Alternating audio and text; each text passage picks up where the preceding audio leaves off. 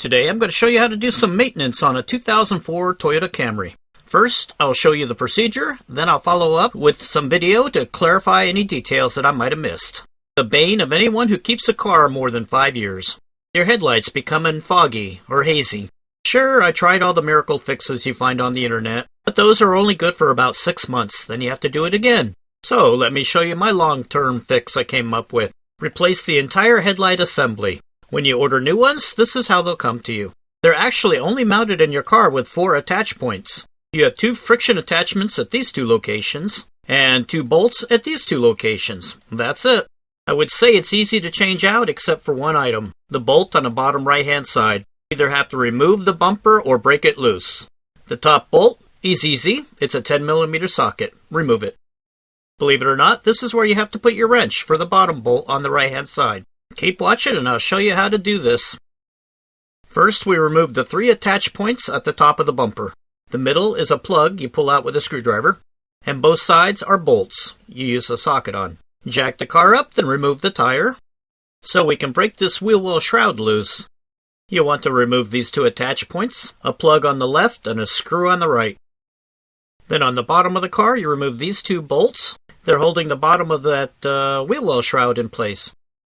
You should now be able to pull it back.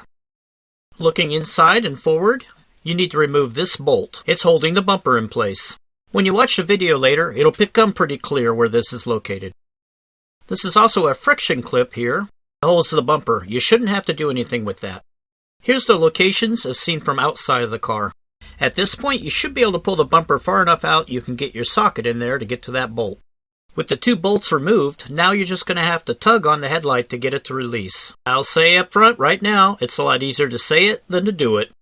This friction fitting is where a pin in the headlight goes into this plastic grommet on the car.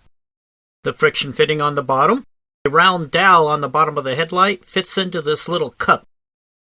Remember at the beginning of the video I stated this car was 21 years old? I said that for a reason. Old plastic doesn't maintain pliability very well, so there's a chance that when you pull on the headlight to pull it out, this plastic retainer may decompose itself to a bunch of smaller parts. And when you contact a Toyota dealer to try to get a new one, everybody will have a good laugh. Well, everybody except you. The dealer will laugh. So here was my workaround. The hole measures 0.445 inches across, inside diameter. Head down to your favorite store that sells a little bit of everything and buy this grommet. Install it into the hole and you're back up and running. And when you go to pull the bottom friction point loose, it's entirely possible this piece right here will snap off. My fix for that was a little more creative and more time consuming. I drilled a hole in that plastic mount and used a panduit to hold it in place.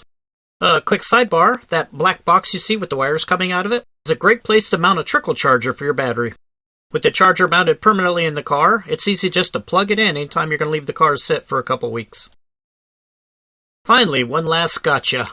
On the new headlight assemblies, before you mount them on the car, I found the holes weren't molded quite right and the bulbs wouldn't fit. They had to be trimmed with a sharp X-Acto knife. The assembly is mounted in the car, you don't have enough room. You'll have to pull the headlight out to do it. Okay, that description was about as clear as mud. Let's watch some video. I start in the wheel well and pop this plug loose. Then remove this mounting bolt. It's actually a screw head as well. Go to the bottom of the car and remove a whole bunch of bolts down there.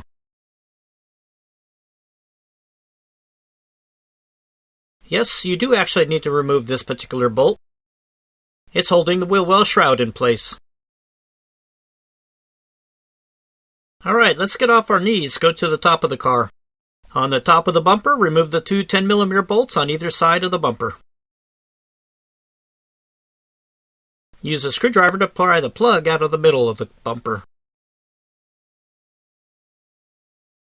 Remember that bumper bolt I said was hard to find? This ought to clear up any confusion.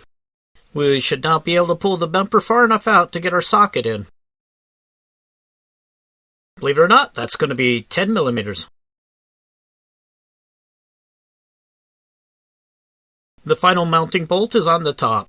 Very easy to get to. On my driver's side, it's panduited in place. This is because I've changed this headlight before. Ordered it off the internet. They said it was OEM, but then it wouldn't fit. Wouldn't it be really nice if there was a law that prevented vendors from lying about the stuff they sell? Anyway, moving on. We come to the pulling phase of this removal. First, I broke the bottom friction fitting loose. Then I spent a whole bunch of time pulling on the other friction fitting. I got absolutely nowhere until the friction fitting part on the car exploded. Remember the part I was telling you about, not being pliable anymore? Anyway, after the explosion, I could now reach in there and disconnect all the light bulbs. Each of the holes are a different size, so it's pretty hard to get them mixed up when you put them back into the new one. Try not to touch the light bulbs with your bare hands.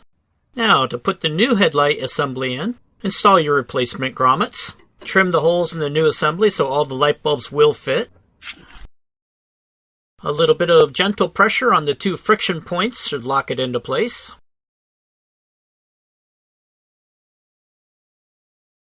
Then install the bolt on top and on the side.